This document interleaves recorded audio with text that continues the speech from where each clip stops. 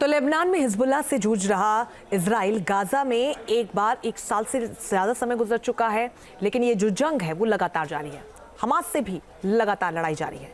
7 अक्टूबर 2023 को हुए हमले के दौरान बंधक बनाए गए इजरायली नागरिक अब भी हमास की कैद में हैं, जिनकी रिहाई को लेकर अब अमेरिका के नवनिर्वाचित राष्ट्रपति डोनाल्ड ट्रंप ने बेहद सख्त तेवर दिखाए हैं, जिससे हम रहा है।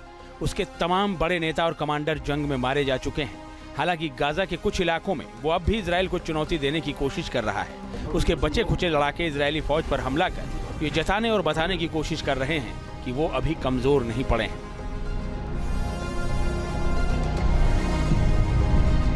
हमास की सैन्य ब्रिगेड अल कसम ने ये वीडियो जारी किया है। देखिए, हमास ने गाजा में इजरायली टैंक मरकबा को तबाह करने का दावा किया है। दावे के समर्थन में ये वीडियो भी जारी किया है, जिसमें मरकबा टैंक को आईडी के जरिए उड़ाते दिखाया गया है।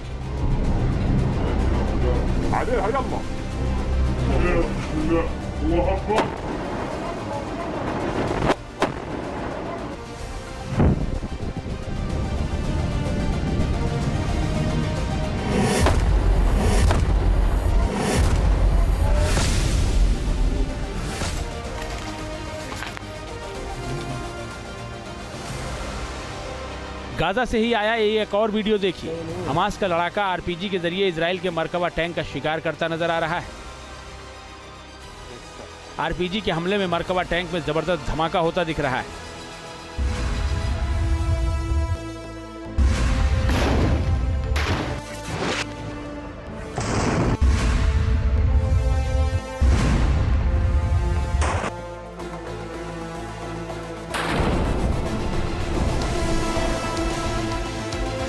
गाजा में इजराइल से जंग लड़ रहे हमास को इस बीच बहुत बड़ा झटका भी लगा है। ये झटका हमास को अमेरिका के नवनिर्वाचित राष्ट्रपति ट्रंप ने दिया है। पहले ही माना जा रहा था कि ट्रंप के सत्ता में वापसी के बाद हमास की दुर्दशा तय है। ट्रंप ने जो तेवर दिखाया है, उससे आने वाले दिनों की तस्वीर साफ होती दिख रही है।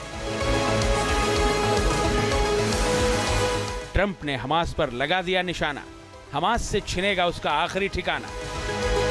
मिडिल ईस्ट में बढ़ते तनाव के बीच कतर ने हमास के नेताओं को देश छोड़ने का फरमान सुना दिया है। खबर है कि कतर ने यह फरमान ट्रंप के आदेश के बाद जारी किया है।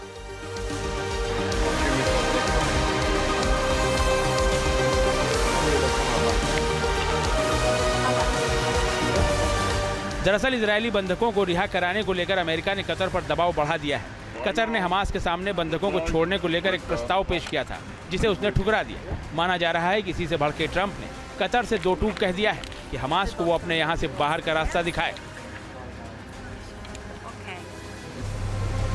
ट्रंप ने कहा है कि आतंकवादी समूह के बंधकों को रिहा करने के समझौते को अस्वीकार करने का मतलब है कि अब उसकी मौजूदगी स्वीकार्य नहीं है।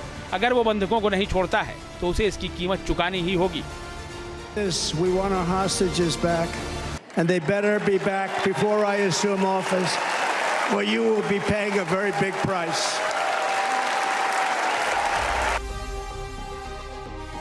ट्रंप के सख्त तेवरों के बाद कतर ने चरमपंथी समूह हमास को अपना देश छोड़ने का आदेश दे दिया है। हमास के कई बड़े नेता कतर की राजधानी दोहा में ही रहते हैं, लेकिन अब उन्हें यह ठिकाना छोड़ना होगा। कतर ने साफ साफ कह दिया है कि हमास एक आतंकी समूह है और उसकी मदद कतर नहीं कर सकता। एक दशक से भी ज्यादा समय से हमास नेताओं की मेजबानी कर रहे खाड़ी देश की नीति में ये एक बहुत बड़ा बदलाव है। कतर जंग रुकवाने के लिए काफी कोशिश कर रहा था। वो शांति वार्ता में भी शामिल था, लेकिन उसकी तमाम कोशिशों पर हमास ने पानी फेर दिया। इसकी वजह से कतर खुद को अब असहाय महसूस कर रहा है। यही वजह है कि उसने हमास से दूरी बनाना ही ठीक समझा है। सऊदी अरब समेत कई और देश पहले ही हमास से दूरी बना चुके हैं। ये खामेनेई के लिए भी बहुत बड़ा झटका माना जा रहा है। कतर से मिले झटके से हमास में खलबली मच गई है।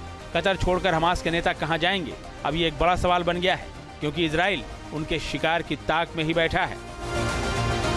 Team news nation. News nation अब व्हाट्सएप पर खबरों की ताजा अपडेट के लिए न्यूज नेशन के इस QR कोड को स्कैन करें।